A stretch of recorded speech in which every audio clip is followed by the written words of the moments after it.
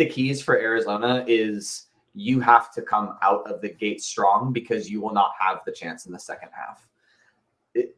Last year, their first half offense was prolific. 7th in the country at like 38, almost 40 points per game versus a vulnerable Florida first half defense, which was 106th in the country in points allowed. So you start kind of looking at the keys to success.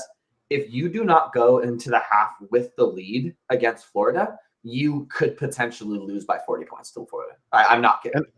And I think that's my concern, right? Is they were really, really good last year. And now it's all freshmen.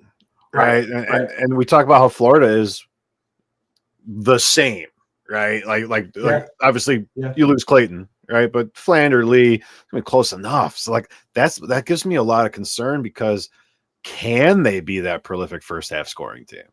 Right.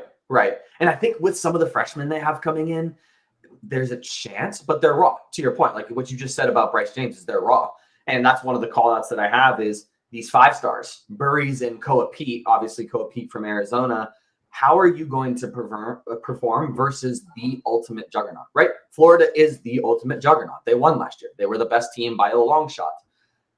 I think that Koa Pete is going to be the difference maker.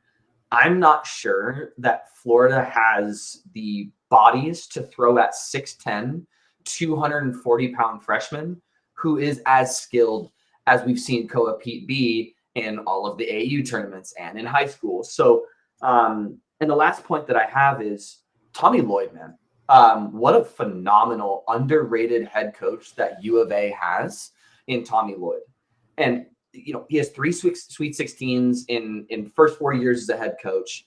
He has the pedigree to beat a top 5, top 10 team like we saw last year.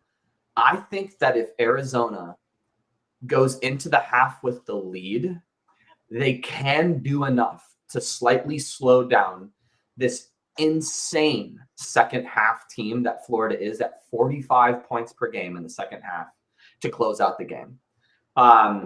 I think there's a chance. So